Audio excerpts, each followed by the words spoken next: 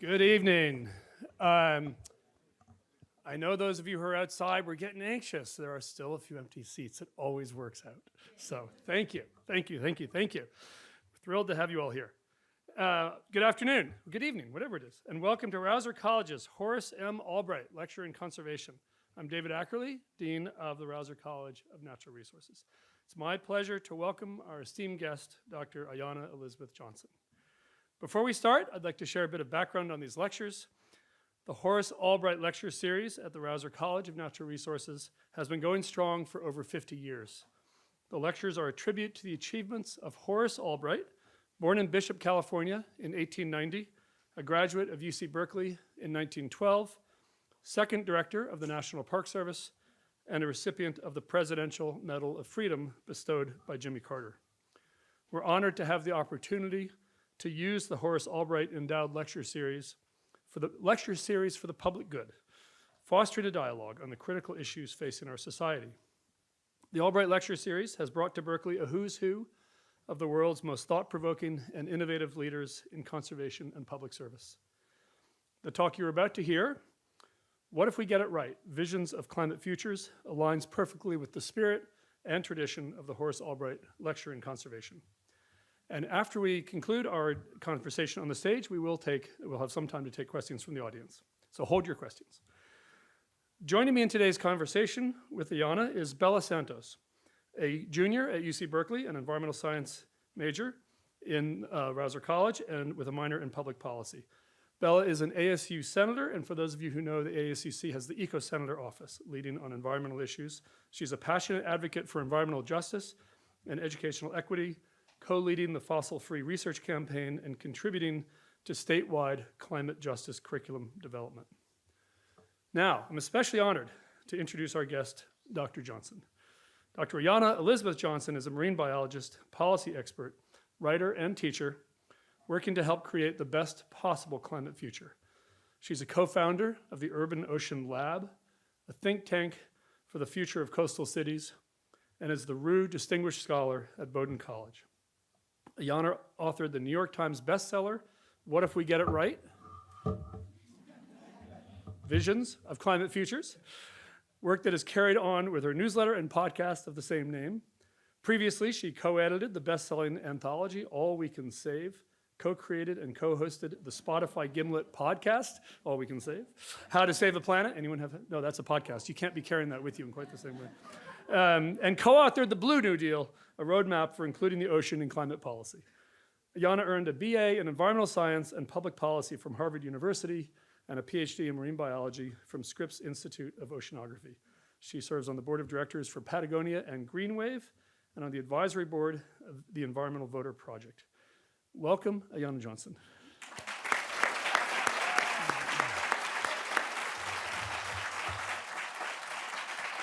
And now that I've done my dean thing, if you'll excuse me, it is warm in here. And we'll get comfortable for a conversation. Hi. Thanks for coming. It's great to be with you. So, Ayana, we have your background. Your intro was like provoking yeah. lecture series. We're gonna have to like make it spicy. And it is a wonderful, that's a whole other story, the wonderful people we've had on this stage. But yes. Yeah, how high is the bar? What should I be doing? You're gonna keep raising it. Okay. Oh, okay. So Ayana, there's just a story in your book that completely caught my attention, and I wanted to offer you the opportunity to share it. You started your career with developing your love for oceans, and something happened in 2017, and your career and your interests and your impact expanded. What was that moment of pivot in your career? I think you're talking about a hurricane. I think I'm talking about a hurricane.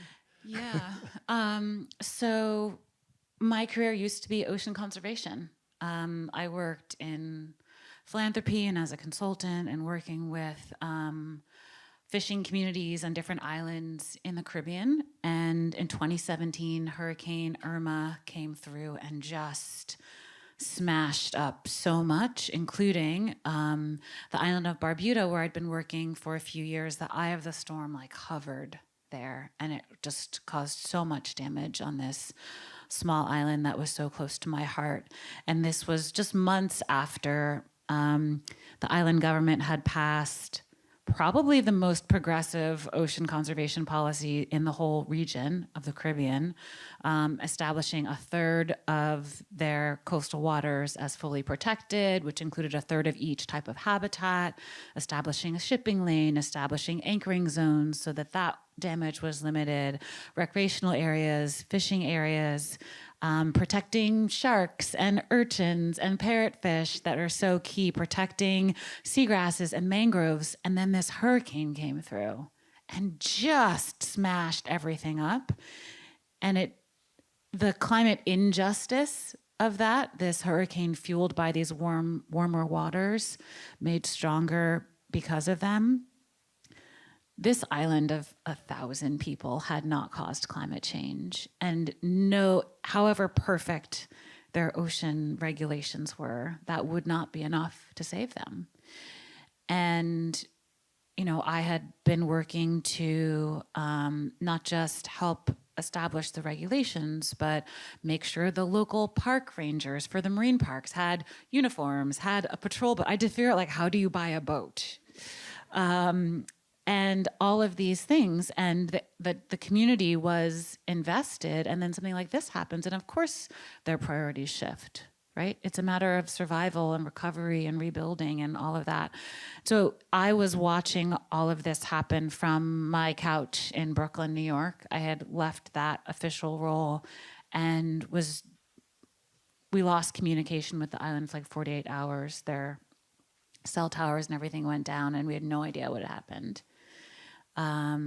And out the other side of that, I helped support this major fundraising effort. Of course, they're still recovering a decade later from that impact. There's just not enough money and attention in the world to fully rebuild after these hurricanes, where people are still displaced after Hurricane Katrina, right?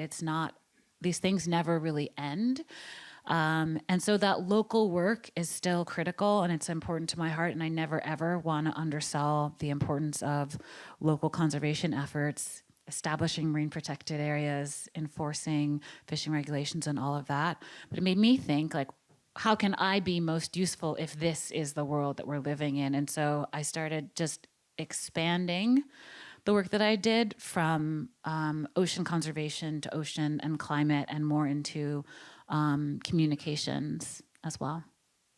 Yeah, so I was basically unemployed, sitting on my couch in Brooklyn, what does this mean that we're supposed to do? How does one person meet the moment in this changed world? And of course, the answers to that are evolving forever. But yeah, that was a big deal. I'm going to hand it to Bella, who will also ground things at around 2017 for herself. I would say also, it was a big deal for me professionally, but absolutely devastating to that community, economically, socially, personally. Luckily, almost everyone came out of it safe. But yeah, places are just never the same after things like that. Yeah, in my 2017, I was in middle school, I think. But when I heard you were coming to speak at this event, I emailed Dean Ackerly right away, and I was like, oh my gosh, I've been listening to your podcast since high school. I remember when my AP Environmental Science teacher showed your podcast, and I just became hooked on it. And I think it was really one of the things that kept me going in the climate movement. I remember I would run from soccer practice to City Hall and then an oil spill protest. And my friends would joke about how I was on organizing meetings during warm-ups at games. So I feel like climate was a part of my life around that time. And still. Yeah. And still. Yeah. Of course. And then I think what kind of made my story a bit different was around the same time I was really pushing for ethnic studies in my school district, educational equity. And I think the links between race and climate were very clear from the beginning. And being a Girl Scout, a lot of times at camp, I'd be the only girl of color, and I'd really notice that and wonder what my role was in this work. And I think seeing your leadership and charge in this work really inspired me in my like earlier climate days. So now, like as eco senator at Berkeley, it's kind of strange when students tell me they're inspired by me or like come to me for advice about getting involved when I still feel like I'm figuring it out myself. So my first question is, what advice do you have for young people stepping into leadership and becoming role models while they're still trying to find their own place in the movement? Well, you're way ahead of me because, as I mentioned earlier today, I was completely uninvolved in any sort of organizing in middle school or high school or even college. I mean, I majored in environmental science and public policy as an undergrad, so it was like my intellectual focus. But I didn't even know the name of the college environmental club. And my roommate was the head of it, I later found out. She like just never mentioned it. She never invited me to a meeting. I totally would have gone. I would like do anything with her. We hung out constantly and it just like wasn't really a thing on campus. Just hilarious. So you're already literally, many years ahead of me. I didn't really start, environmental work has always really been my job. It's never been an extracurricular. And so I think, I don't know, it's funny, I totally relate to this. Like people are asking me for advice and I'm like, okay, disclosures, fast talking, like your mileage may vary. I think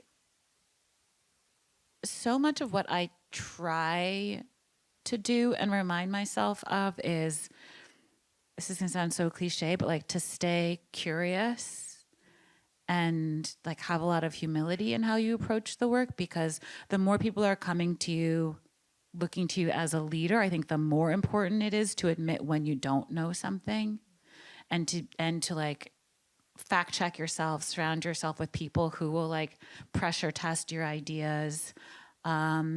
This is the number one thing I look for in friends, is people who will be like, really, Ayana? I'm looking at Kate Gage, who has said that to me literally like 100 times. And I think that part is really important. And I would also say that everything I've ever done that you may have ever heard about was a collaboration. And so nurturing collaborative partners, I mean, All We Can Save was a co-edited. You're doing a great job.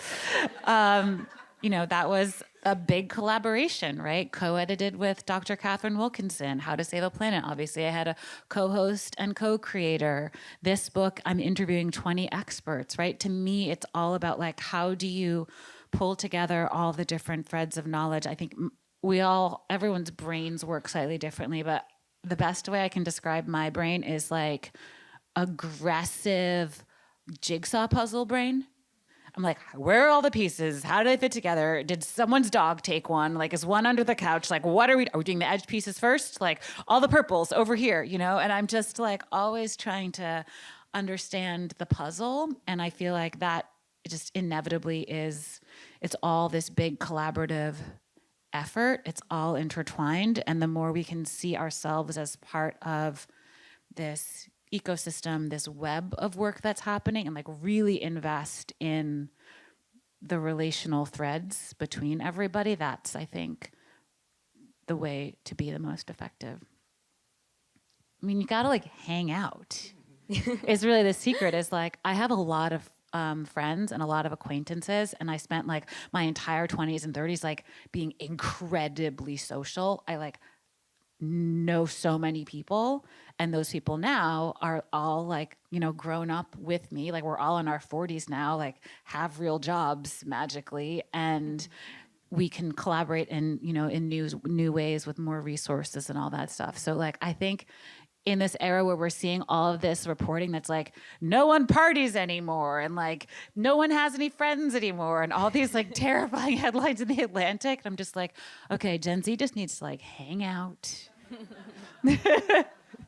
Like invest in your friendships, because like those are the people you'll team up with to like do the cool stuff. for the rest of your life. Really. Thank you so much for that insight. Yeah. I feel like I definitely related to a lot of what you mentioned. And I think with collaboration, what comes to mind is like our work in the Eco Office, like building up a Berkeley Green New Deal. We had a team building up a resolution, working with admin, students, organizations, etc., to push to create this very long like policy platform about what it would look like if Berkeley was like completely sustainable, decarbonized. We achieve food justice, and we all just like work together for climate education.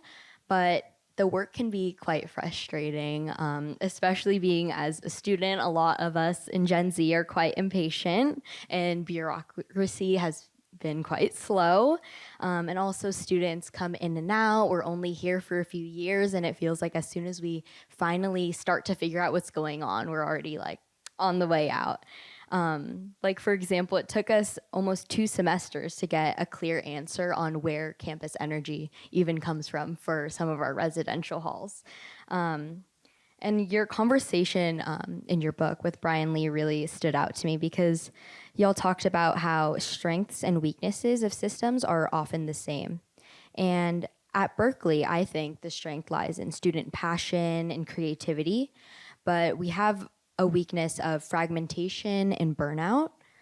So how do you think that we can take that energy and actually channel it into sustained, united movements that hold universities accountable, push for real transformation, like things like the Green New Deal?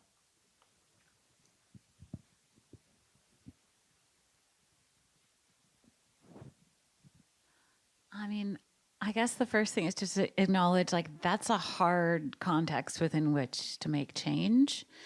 And the frustration with bureaucracy is not only a Gen Z thing, I promise you. I mean, there's a reason I don't work inside of one. I'm always like, should I, like, how much of the truth and which anecdotes are appropriate for which audience? But like, don't tell anyone I said this.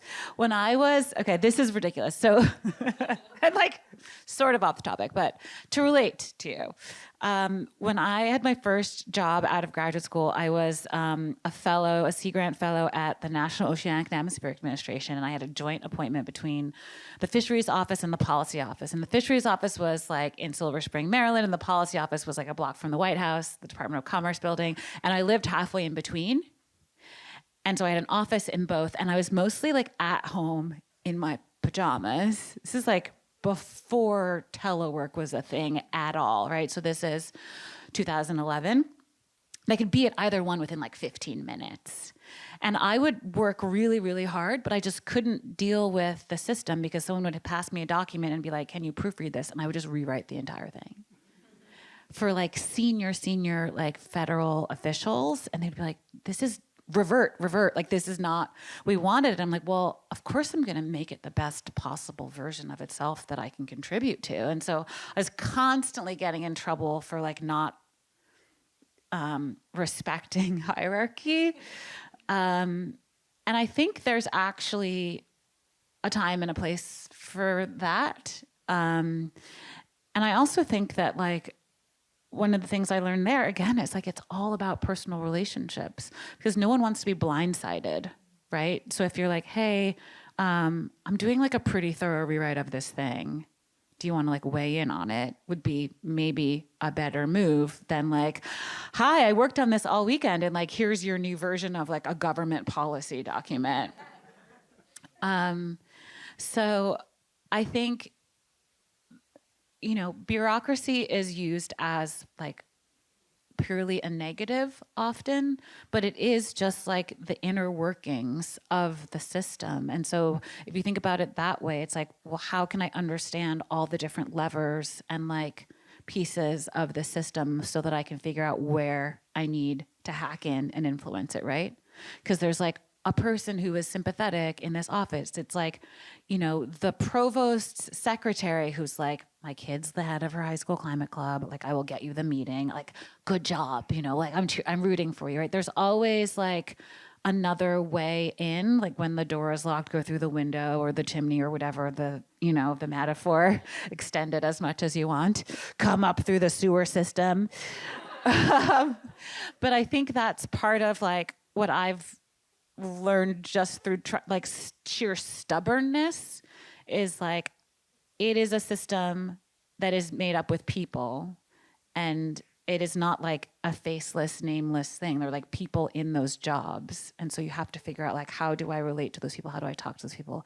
How do I get what I want? How do I make it go faster? Like, where is the slow point? Like, where are the pinpoints?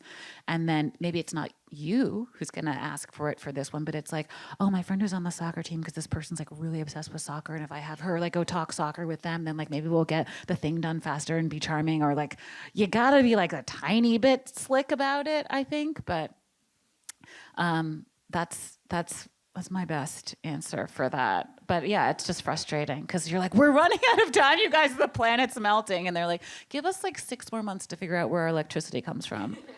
Yeah, so sorry. Well, no, I want to stay on this as a proud member of the bureaucracy.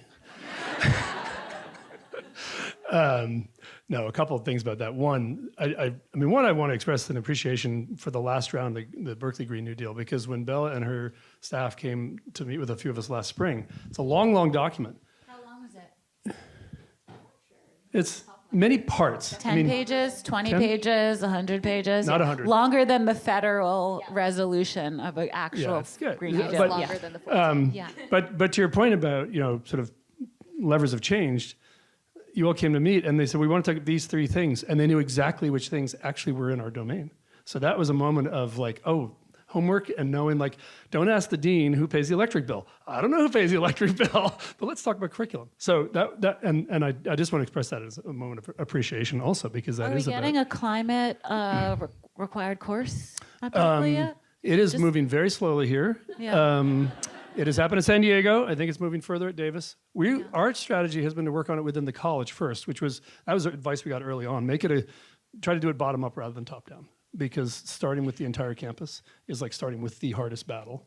So start with undergraduates. Well, start with our college, which is I like see. 10% of the undergrad, right? I have a our own question on requirements. this. I know this is not my time to ask questions, but I'm curious how you're thinking about like a special climate class versus requiring, say, all of I learned this word today, the breath courses. courses, right. To like include climate as a theme, because Right. as we know, it's the context for like Right. everything in the world now. Yep. So our approach, and it's not a right or wrong, but what would work in our context is to evaluate a set of classes which we would consider to be, okay, that's a solid introduction to climate. Take one of these. One required class, you can't do that with 30,000 students, right? We're not gonna have one.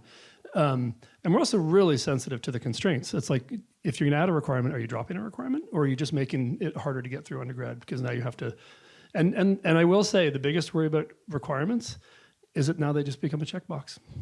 And they're no longer, and people are there, like, oh, I have to do this. Oh yeah, I have to do this. So there's a little bit of a back and requirements forth at on Harvard that. were so great, though.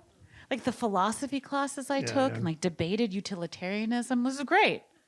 Like I would never have taken it otherwise. Or like there's a class called First Nights, which was about the first night various symphonies were performed around the world, and like the vibe in the theater and like how people rebelled against, Tchaikovsky or whatever. And it's like completely irrelevant to my life, but also like so cool. Yes. Well, I will tell you the course I got involved in designing, the only interesting part of this is that we knew, 10 years ago, we knew this. We have to teach about solutions, because the other message we were getting from students is like, I take your classes and I leave more depressed. Yeah. Give me something. Offer me something. Yeah. And that has come through loud and clear, and of course, Yeah. I think is well This understood. is the last sentence of my bio. You read the whole Yes. thing except the last sentence. She is madly in love with climate solutions. That's the kicker. Okay, But you guys already knew that.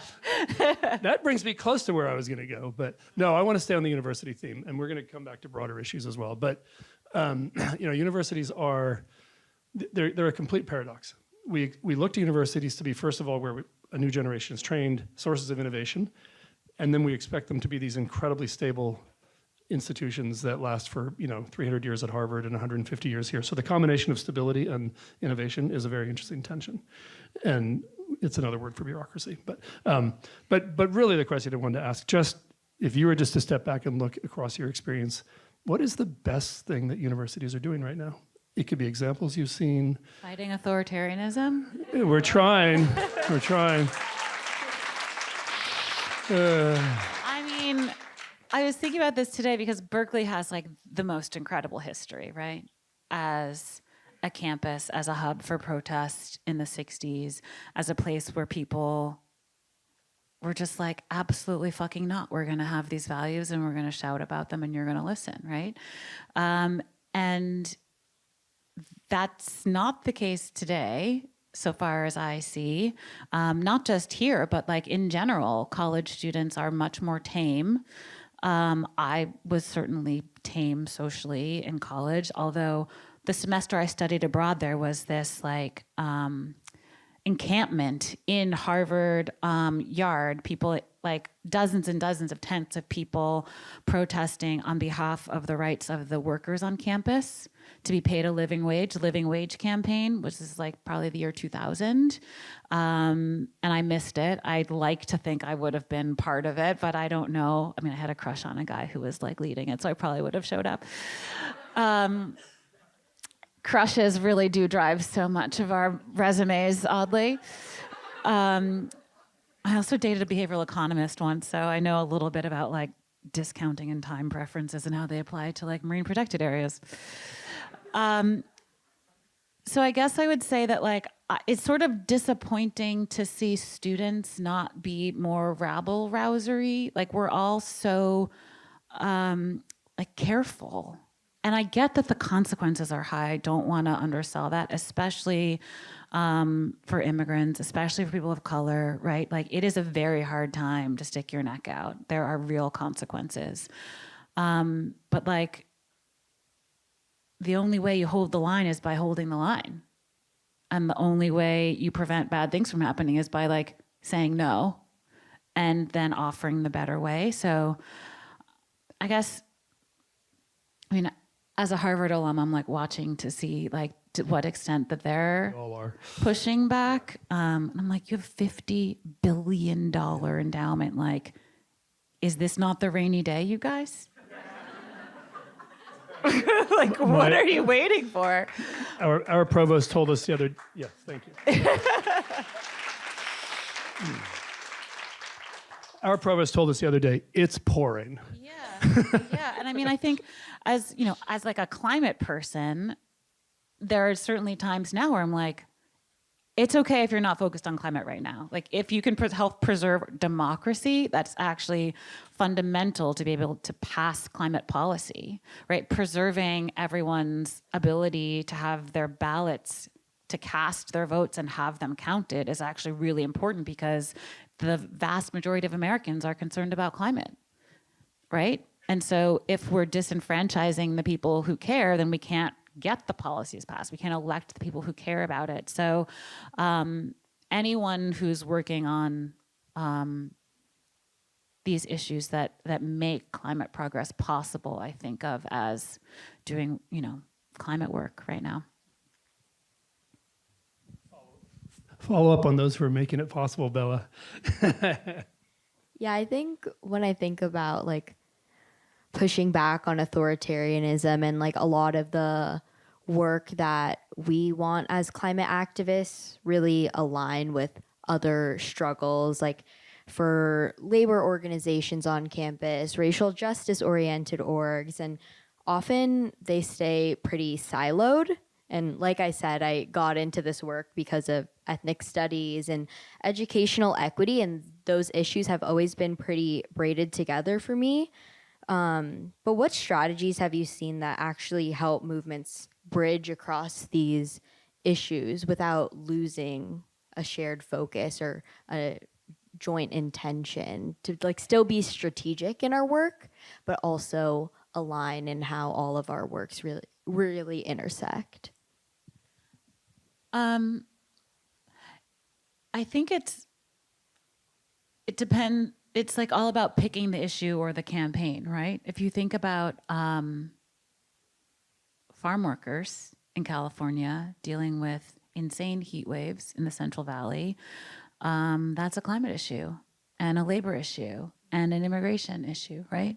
And so it's not always going to intersect on everything, but being like eyes wide open to where it does, and also like specifically going to look for those opportunities to collaborate, I think can be, yeah, absolutely very powerful. I feel like a little bit unqualified to answer, well, all of these questions. But I think I've never like really been an organizer in a traditional movement sense. So I've been like an observer and a student of it. And I've appreciated certain aspects of it. Like something that I noticed, you know, in Florida, someone will fact check me on this if I'm wrong. Maybe Janisha knows. There's like they were trying to pass something to make sure that, you know, construction workers, people who work outside, like got more breaks when it was too hot. And that was like those, that, I'm trying to think about a word. It was like that, I think, was being passed like city by city or something. And that regulation got like banned at the state level because the governor was like, nope, no extra protections for heat for workers. And so there's a lot of things like that that are happening that are these intersection issues. Or like UPS drivers were on strike because their trucks are open and they have no air conditioning. And in some places that's like completely untenable, right? And so part of their negotiation was for higher wages, yes, but for like air conditioning in their trucks. And they like won that union negotiation. So there's just more and more examples of the ways that those are overlapping. Yeah. And I think like backtracking a little. Janisha's saying that was in Texas. Okay, that was in Texas. Backtracking to the environmental education work that you were curious about, kind of like Dean Ackerly said, a lot of students feel overwhelmed or even a bit hopeless about the environmental courses they take on campus. And I've even heard of some students leaving the College of Natural Resources, changing majors, just because they don't think that there's many, like, what's next? What's the solution? And like you mentioned, we've been working on how we can campaign for environmental justice literacy on campus, with the idea that education should be solutions oriented.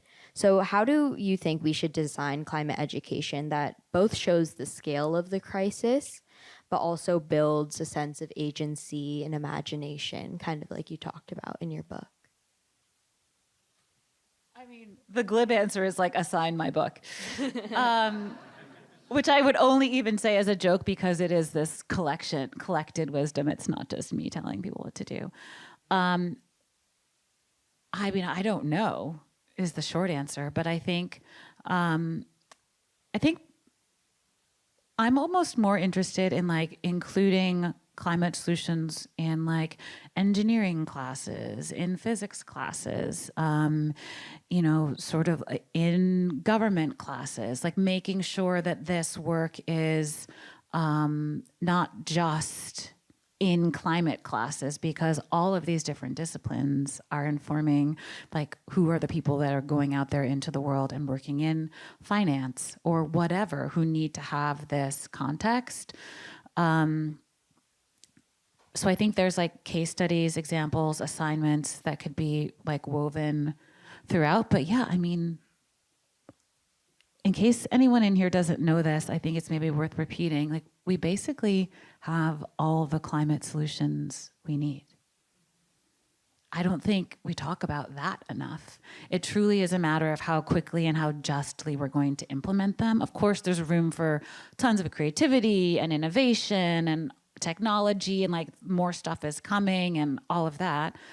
But like, we could just do it now with what we have now.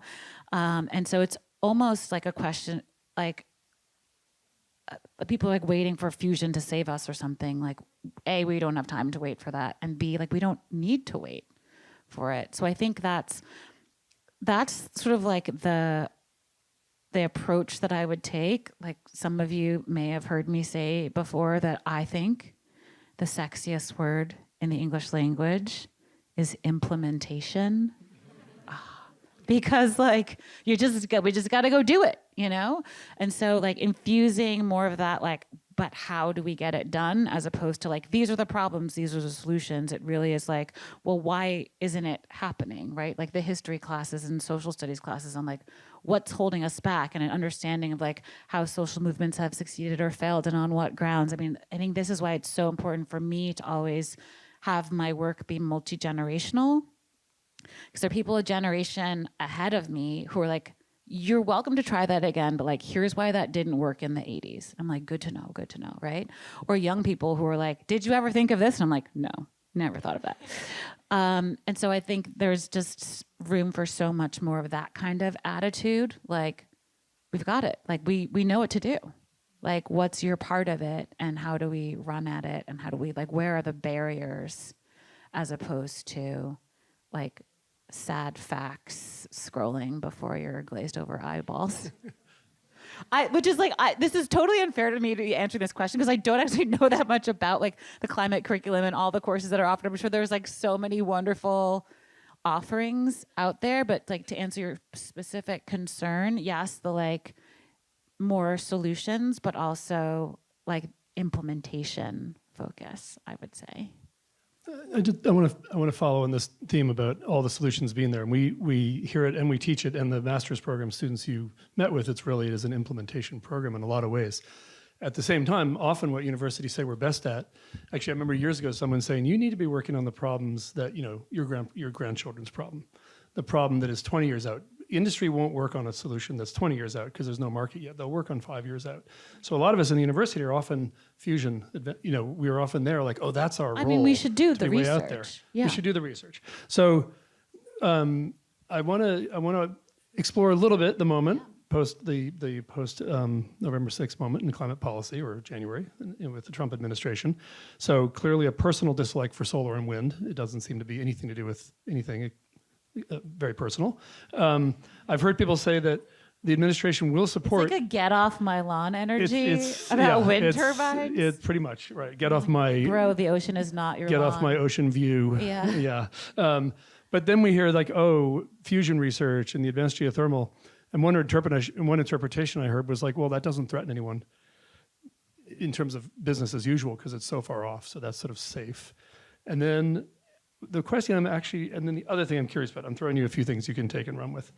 One thing I searched through your book for was whether you have a strong view on geoengineering. And it's not in the index. I couldn't find it. I also read the book. I didn't just read the index. I read the book. First of all, it's totally okay if you didn't read the book. No, so yeah, in terms of like are there technologies that you would actually say, no, that's not going to help us in the solution set here, even though others are advocating? So on the first part of your question, I think it is an interesting moment because with the Republican budget bill that canceled years early the Inflation Reduction Act's tax credits for homeowners to make the conversion to electric, right? So when I wake up tomorrow morning, I have to like call a bunch of contractors to see if anyone can still sell solar panels in my house before December 31st, right? And so that was a huge loss as far as like the speed of the transition and these solutions that we already have, right? So if anyone wants to buy an induction stove, a heat pump hot water heater, do more insulation, more efficient windows. What am I missing, you guys? Solar panels, good luck finding an installer to do that for you before the end of the year. But like all those tax credits expire December 31st. And they're like very significant tax credits, like 30% off the cost of solar panels. Like thousands of dollars off the cost of a heat pump. And this has made it affordable for so many more people, right? Hundreds of thousands of these things installed, like so many good jobs for contractors, et cetera. So if now's the time, there's still time to take advantage of these. Go to rewiringamerica.org/save. Rewiring America is this amazing nonprofit.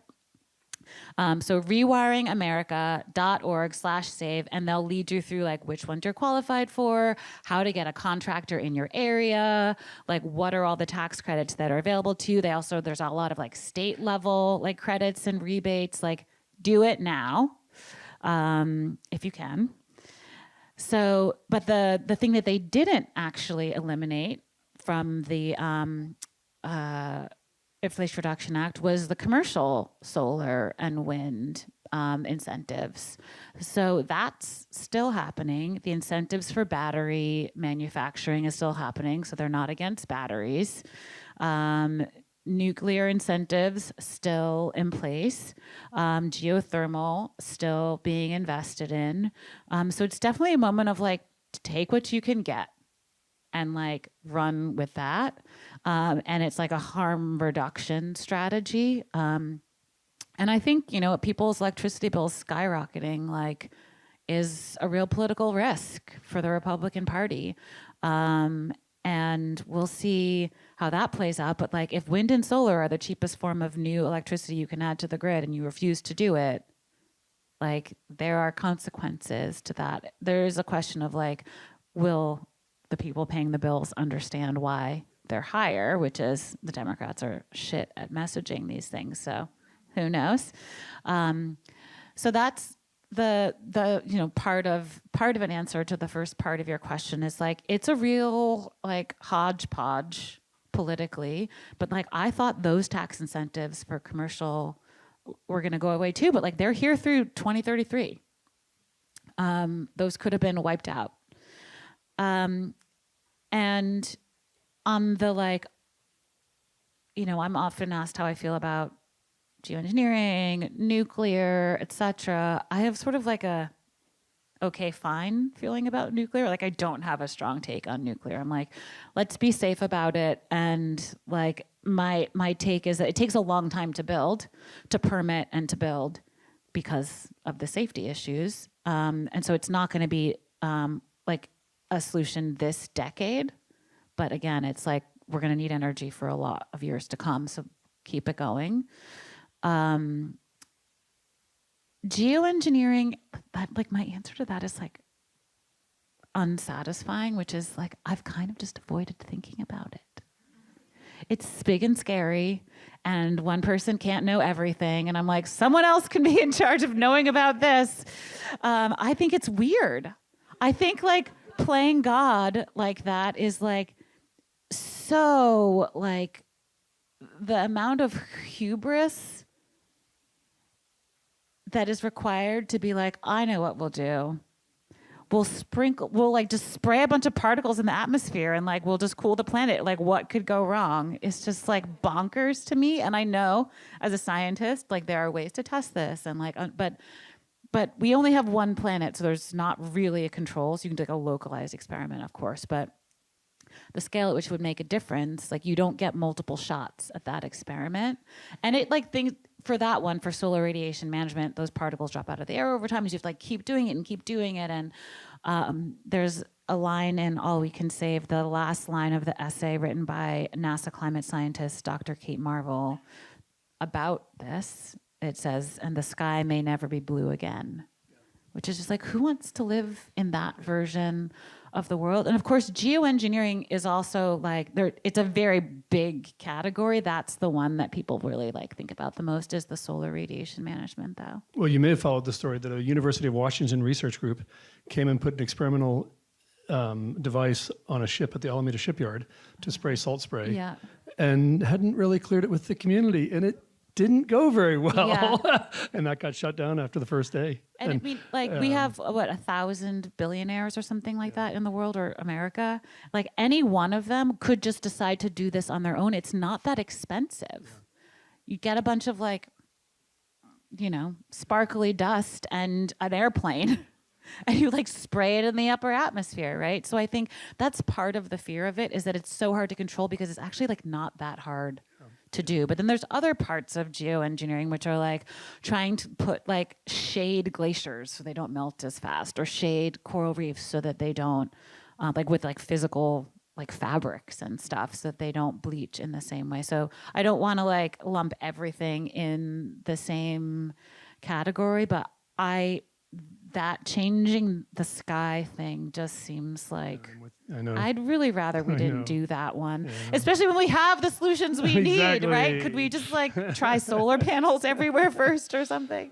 Well, let me that's a segue. I'm going to ask a question. I'm going to hand it back to Bella for a final question, and think about your questions for the audience. So, so coming back to things you do think a lot about: community-based solutions, nature-based solutions. Scaling is the key. Everything needs to scale for mitigation solutions. Or replicate.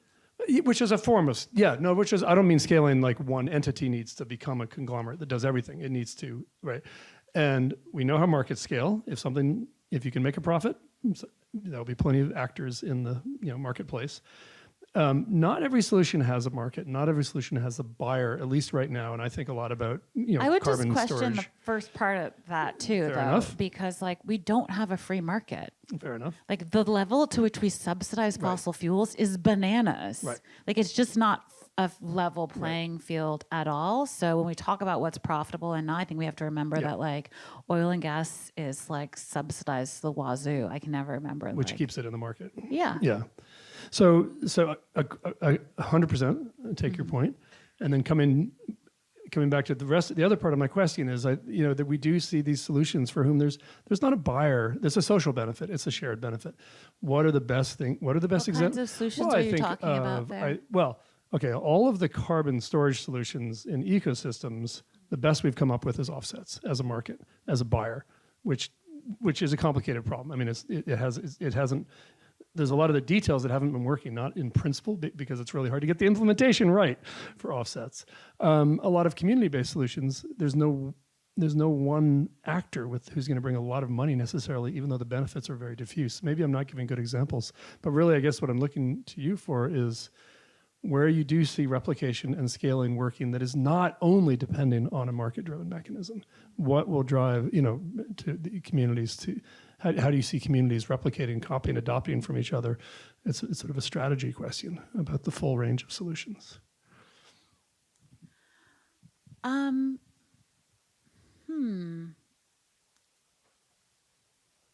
This is a tough one to answer. I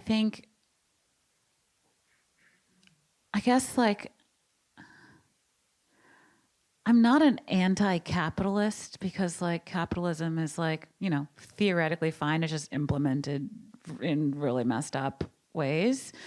I'm not like against markets existing, but I also like, I have this fundamental sort of disinterest in everything being monetized.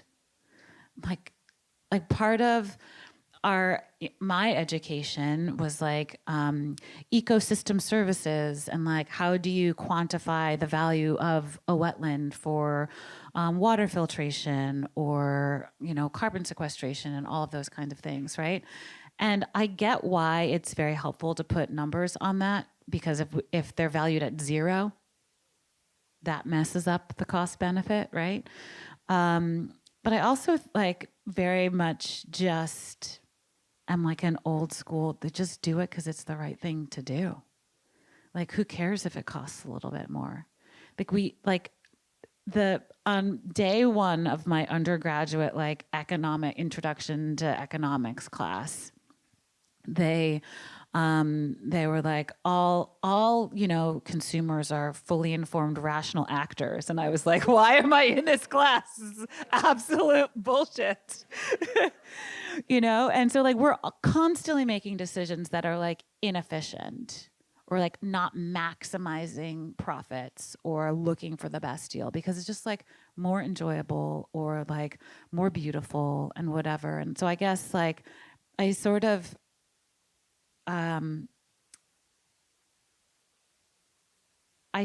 I'm a realist. Like I think about how to make change within the world as it is. So I'm not one of those people who's like, we have to tear down capitalism before we can address climate change because like we just don't have time and like that's just not the way this is. We're gonna have to walk and chew gum on this one, And maybe it's just naive, but I'm like, we could also just like protect nature just 'cause. And I think it is the nature stuff that tends to replicate and scale because a lot of people feel that way, right? So whether it's community gardens or, regreening cities or advocating for our national parks or sort of protecting species that requires protecting the habitats they live in, right? I mean, I'm sure many of us have been thinking about Jane Goodall and her legacy and the way she had this like incredible soft power because she was just like, no, like there's a right and a wrong here. And like taking care of the other species we share this planet with and like being a good person is just like, that's the right thing to do. So that's what I'm going to encourage all of you to do. And I think that moral clarity that both young people and elders can bring to this is so important. And so, yeah, I'm finding myself just sort of like resisting the question, even though I know there's, you know, lots of good answers for it. The young people and the elders with the bureaucracy squeezed between them. Yeah. I mean, I think there's, so there's a study about like who can change grown-ups' minds, right? Like, and if you are a conservative white man, the person most likely to change your mind on climate change is your daughter. Like your impulse to like protect your little girl who's scared about her future and the world she's going to inherit is the most powerful thing. And so when young people feel powerless, I'm like, oh no, grown-ups are terrified of you because they know you're right. And they like, I didn't fully appreciate the brilliance of Al Gore's film title, Inconvenient Truth, until just a few years ago. And I was like, oh, right. Super inconvenient to have to like acknowledge that climate change is real and then change your entire life and career and household and everything accordingly, right? And so I think allowing ourselves to be jostled by people who do see things as black and white, because, you know, the older I get, the more I'm like, gray area, you know. But we actually do have to like hold firm to love of nature, reminding ourselves that we're like one of millions and millions of species that we're trying to share this planet with and like be a decent neighbor to. It was totally not an answer to your question, but It is an answer. It is an answer. Bella, a final question? Yeah. I think a lot of students are feeling like concerned about the rollbacks at the national level being done on our planet and the influence of private companies on policy. And I think we're seeing similar things at Berkeley where universities are drifting towards privatization. We see fossil fuel money shaping research institutes on campus, and that research fuels greenwashing in some fossil fuel industries. And at the same time, there's this cultural split on campus, which Dean Ackerly kind of talked about a bit, where some students are very excited about this systemic cultural policy change, but other students kind of treat climate as a bit of an afterthought because consulting or tech jobs feel very safe and secure. So how do you suggest... Anyone who thinks tech jobs are still secure? Yeah. But how do we push back on this drift? Kind of both holding public universities accountable to justice instead of corporate interests in the communities they serve, but also shifting the culture so that climate and equity aren't seen as these extra add-ons, but actually core to what success looks like for our generation. I mean, we could take the Jane Fonda approach, which is like, don't have sex with anyone who works in the fossil fuel industry. Don't invite them to any parties. Just like everyone who's on the wrong side of history, just socially ice them out. But that's then when it expands that far, it's like, well, then they're all just partying without us and like. But I think there's. It's a really hard moment because there aren't necessarily enough of like the good green jobs available, right? Like if you're interested in tech, but you want to do climate solutions, that's a narrow set of opportunities that are available to you. So I think we do have to be realistic about the job market and encourage people to like think about how they can make change within where whatever company or organization they end up working in. There's a saying that goes, every job is a climate job, right? If you work in procurement at a university, that is a climate job. Like, what is the footprint of all the things that you're buying? If you work on supply chains and shipping, if you work on computer coding, if you're thinking about fashion and the impacts of the garment industry, it goes on and on and on. So I guess my thought is, like, we could be more expansive about like what a climate job is, or like turning like regular jobs into climate jobs and encouraging people in that way to make change from the inside. I mean, I do some consulting work for corporations, and mostly what I do is like work with the sustainability teams inside those companies who are trying to make change and say the same exact things that they've been saying to their bosses. And then their bosses are like, oh. And then I get paid, and it's very confusing. I'm like, you could have just done this completely without me. But no, you need like an outside person to come in and shake things up, right? So I feel like when we think about the roles that we play, I think we can be much more expansive about welcoming people into climate work who don't necessarily like see it that way, because sometimes it's like people are really interested in like efficiency, right? So like, how can I like do this tech thing in ways that are more efficient, that like use less materials, that use less energy? Like, that's great. Like, we need to give people credit for that kind of work as an environmental benefit too, even if their job title isn't like head of sustainability. But the cultural piece you mentioned, I think, is really important and really concerning, that we've kind of lost, from my middle-aged perspective, right? From the perspective of a 45-year-old, kids these days are like not shouting enough about how we need to save the planet, right? We had this wave of activism in 2019 that was really squashed by the pandemic with climate strikes, Fridays for Future, and all of that. And it hasn't come back, and we need it. Because when that left, like the Net Zero Banking Alliance, like all these banks had to commit to like net zero in their investing, because kids were like, hey, you guys are like funding the demise of the planet. And the Net Zero Banking Alliance shut down last week. Because like the banks were like, we're not being held accountable anymore by the public. Certainly the Trump administration is not holding us accountable to our impact. So like, we're just not gonna even pretend anymore, right? And that is a lack of cultural pressure. So it's very hypocritical of me to say this, because as you know, I was not an activist at all as a young person, but like, I think we need people to just get like a lot louder about telling older people that we are setting your future on fire and it's not okay.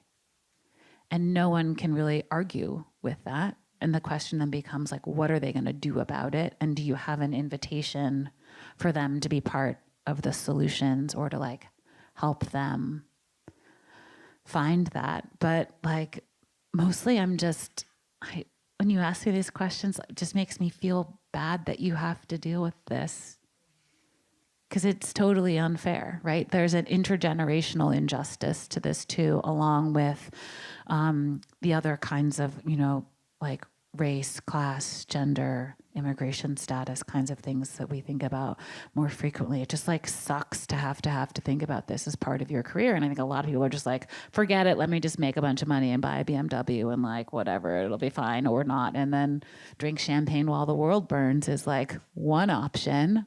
I hope people don't take that. But I guess like the only thing I can say is, the last thing I'll say is, embarrassing to say, but like, how can we, the people who like love this planet and like love climate solutions, how can we be cooler? Like, how do we make it so more people want to hang out with us? Like, how, and like be part of the work that we're doing? Like, more like appealing, enticing to do this.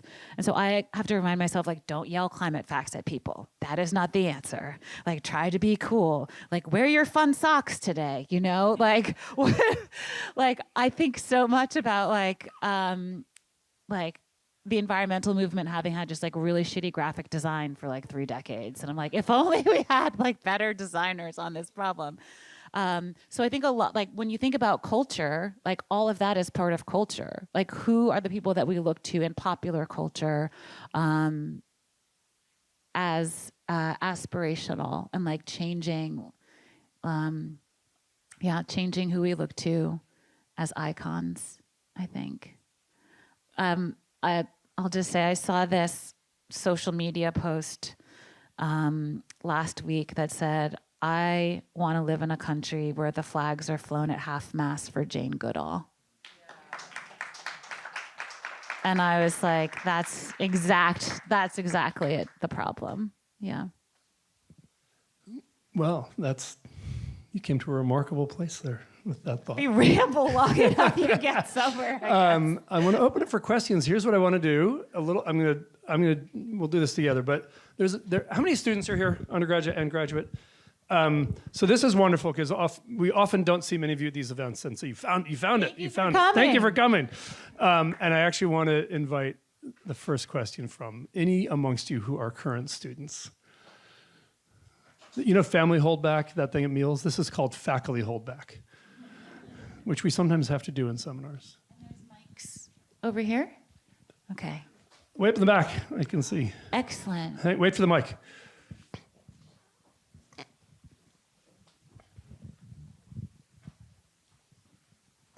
Hi, thanks for the really great conversation.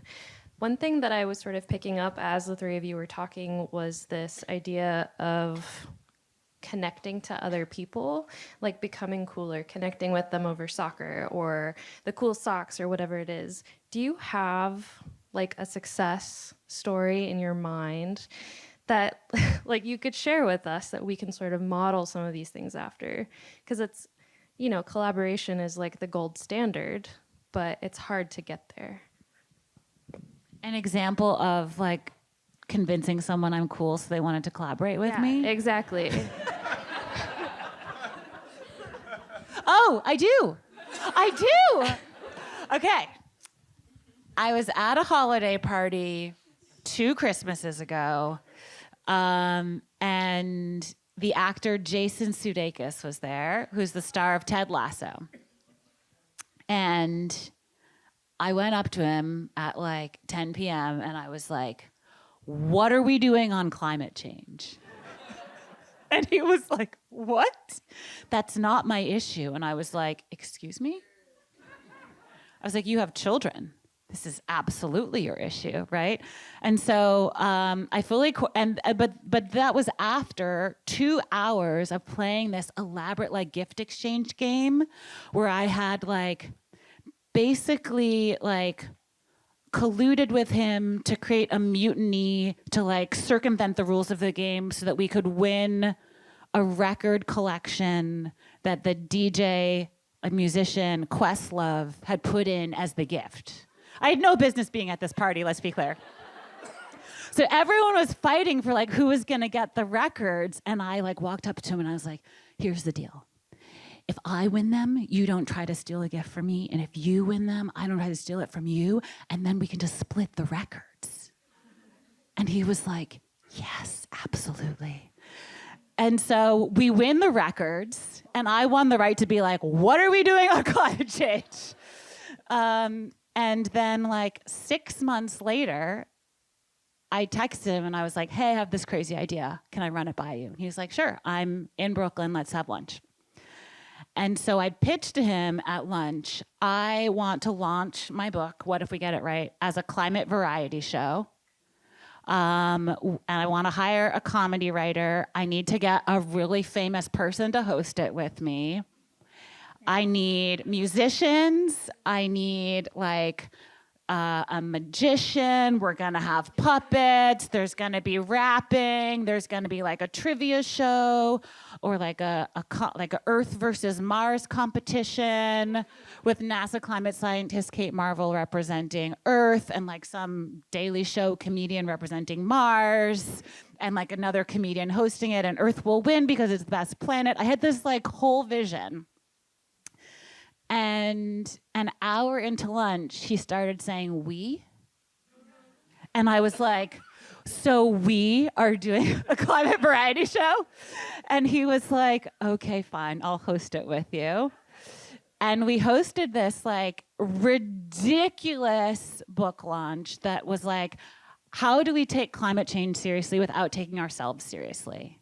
And we like sold out the Brooklyn Museum's theater. We did it a week later in LA with a totally different cast. I like hired a comedy writer. It was so much fun. And it was an opportunity to model like a completely different way to talk about this stuff. Like people got their facts, but they were also like, oh, this could be what working in climate feels like hilarious and delightful and colorful and like star-studded. And I got a friend of mine who's a fashion designer to like lend me a cool dress to wear, right? So I was just trying to think about like how,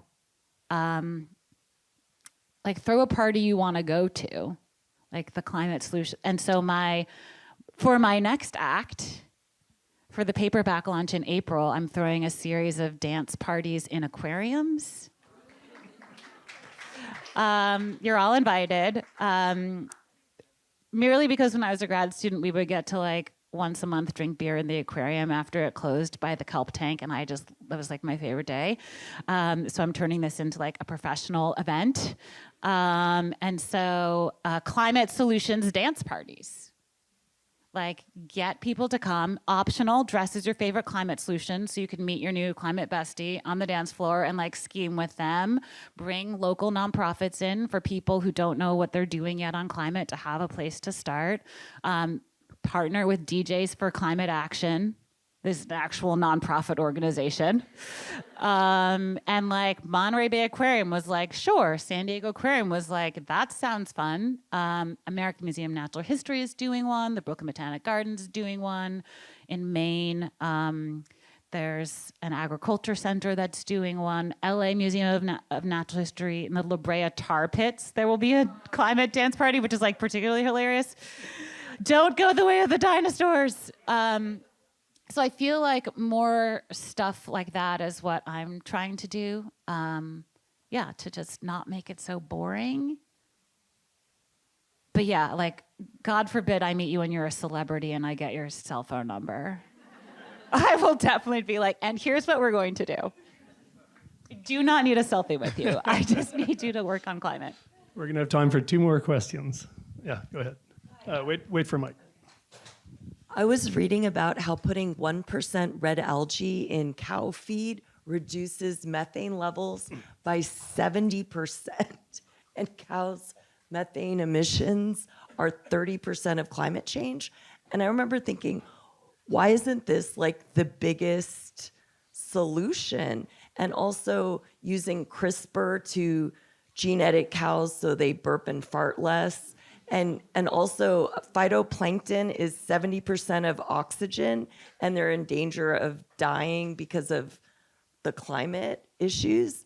And can we use CRISPR as sort of a way of saving that? And if you could talk about it, but especially, why don't we have beef that's, fed the red algae? Like, again, I like vegetarianism, but you know what I'm saying? Like for people who eat beef, why isn't this a huge climate solution? Because it wouldn't cost a lot of money, and it would reduce climate change by 1/3 just by adding some red algae to cow feed, It's not quite that simple, unfortunately. But yes, there's a few different types of like Asparagopsis algae, like this is a small amount into cattle feed can reduce their burps and the methane in that. And like, yes, we should do that. The lab studies of 70% don't necessarily translate to like the on the farm normal numbers. But sure, like, why not put a little seaweed in with the grain, right? I think the the impacts of agriculture are actually something we don't talk about nearly enough. It's not that cows in particular are 30% of the climate problem, it's that agriculture is. And a lot of the problem with cattle is that there's like clear cutting of forests for their grazing, right? So it's like a double whammy, right? And so I guess I would say like it's unpopular to talk about shifting to plant-based eating, but that is a very significant part of the solution we need, and it's something that everyone can do.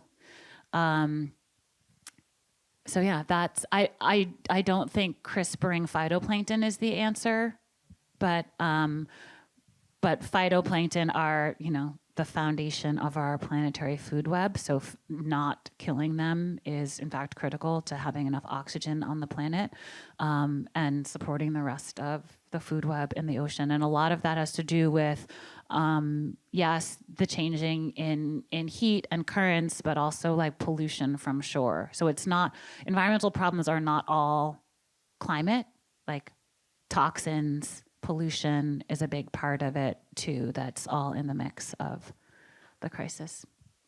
One more question. Here. Oh, sorry. No, go ahead, Andrew. Sorry. I'll give 2 short answers. 2 short answers. Short questions. Hi, thank you for speaking here today. I was wondering, how do we reach communities who are not necessarily in big cities or like have a ton of access to like all these cool events that you're hosting? How do we reach them if they're not aware of climate solutions or they're not listening or on social media as much as like people in cities might be?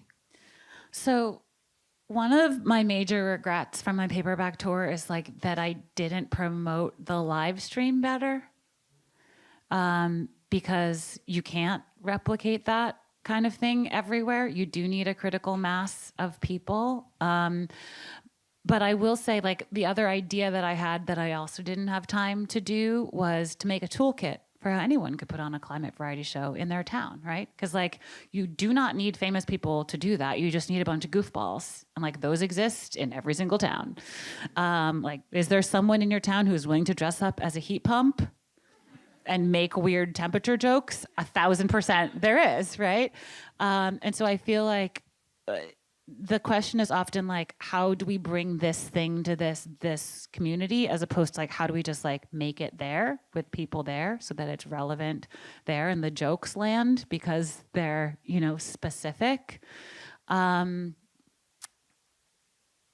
of the lessons that I make sure the students in my climate communication class at Bowdoin learn is that there's a question of like, what's the right message? Yes, but also who's the right messenger? So me as like a city kid, I'm maybe not the right messenger for a small town, right? So it's not that I should be going to all these places, it's that we should be encouraging people in those places to do things and like making sure people have examples and templates and resources for doing like a locally relevant version of whatever the thing is.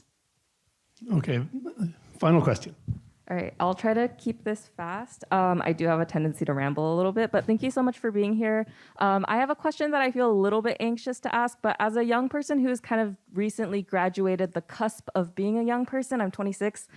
You mentioned this idea that like young people are not as loud as they used to be, but I feel like historically there's also this trend that we see where in the moment where a lot of the action is happening, like oftentimes like people don't want to talk about it, or they're saying like, oh, these young people, they're being too rowdy, they're doing too much, or like this is like too uncomfortable of a conversation to have. And so like it takes like a good few decades later for people to be like, oh, like look at these movements, look at all of the things that these young people accomplished. Like, do you feel like there's a way? So in my mind, like over the course of like the 60s, the 80s, and like a lot of the movements that are happening right now, like it feels like there have always been a lot of movements happening, but do you feel like there's a way to counteract this idea or like challenge the idea that like, oh, like, well, maybe it's time to actually listen to the young people like as the movements are happening?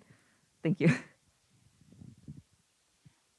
We never know, like, it is a weird thing to be living in history, right? Like this is a moment of so much change, and like we don't know how the history books are going to be written. I mean, part of that depends on who writes them, you know, because like so much of what happens in social movements is either like not recorded for the mainstream, or you know, like I guess I would say, by way of wrapping this up, like I don't have a crystal ball, neither do you. And so I guess I worry less about how the story comes together than that I'm doing my part to make the best possible world that we still can have.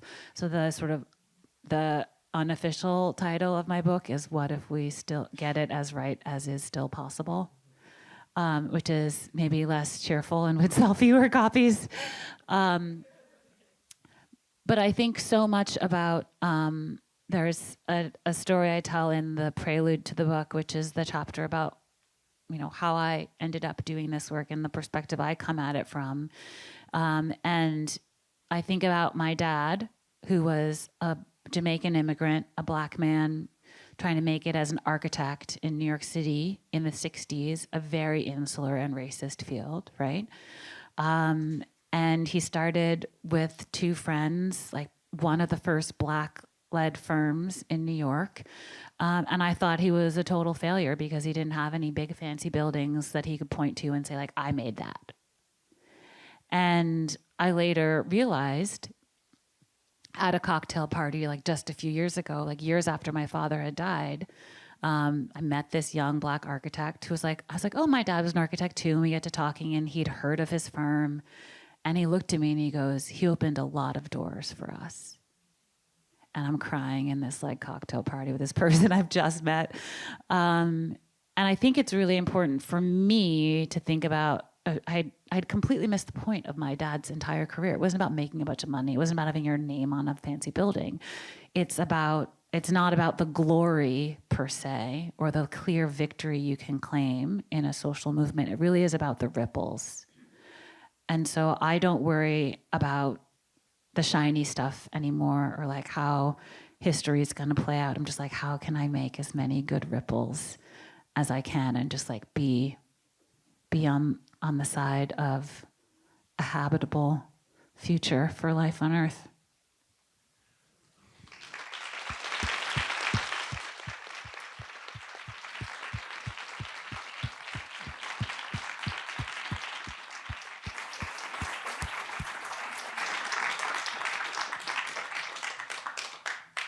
Thank you so much.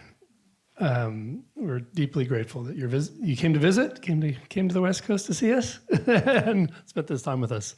So just before we go, if you have a name tag, I hope I'm invited. If you have a name tag, you're invited to a small reception outside.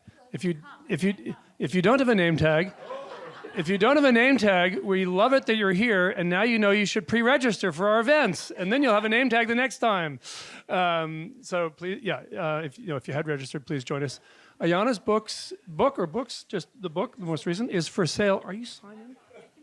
And Ayana will sign some, but maybe not as many as there are people here. So I'm going to have to let her manage that decision and make sure she also gets a little time at the reception as well. So again, join me in thanking Ayana one more time, and thank you all for coming.